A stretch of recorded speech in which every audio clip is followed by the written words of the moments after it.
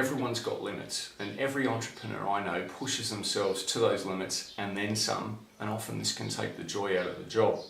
I know I do this on a fairly regular basis. So here's how it goes. Everything's going swimmingly, and then an opportunity or a job will come along that I feel like I can't say no to, and I take it on.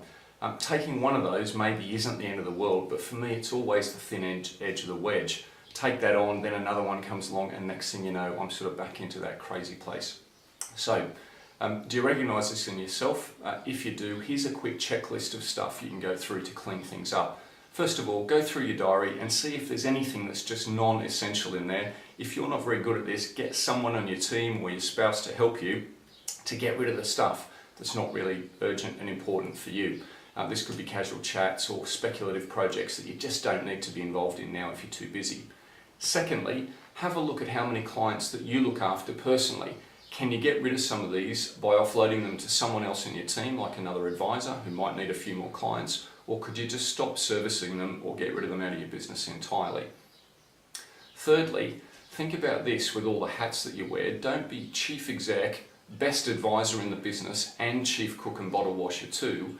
Get rid of some of the jobs that you don't need to do. Think about the roles that you're good at and you really love to do, often seeing clients and maybe a couple of managerial jobs, but there could be a lot of managerial stuff that you could just outsource or delegate to other people on your team to keep you really focused. Lastly, think about getting a personal assistant. I have this conversation regularly with advisors about dealing with their emails, because most advisors I know get tons of email every day. When I first took on my PA, this was the first job I got rid of. I used to get about 45 minutes worth of email a day, but I had to do it at the end of the day after I'd done my day's consulting, so it's already eating into my personal time. Now, while that was bearable, even if it wasn't very smart or very enjoyable, if I missed one day, next thing you know, I've got an hour and a half of emails to do, and if I miss 2 days, then I've got a whole day I have to set aside just to catch up on emails. You can see how quickly this gets out of control. So, go through this little checklist yourself, see if you can clean up anything that is in your workload that shouldn't be, see if you can get rid of some jobs, and see if you can bring some of that joy back into your work. Now, if you've got any comments around this, drop me a comment at the bottom of this video or this email, however you're seeing it.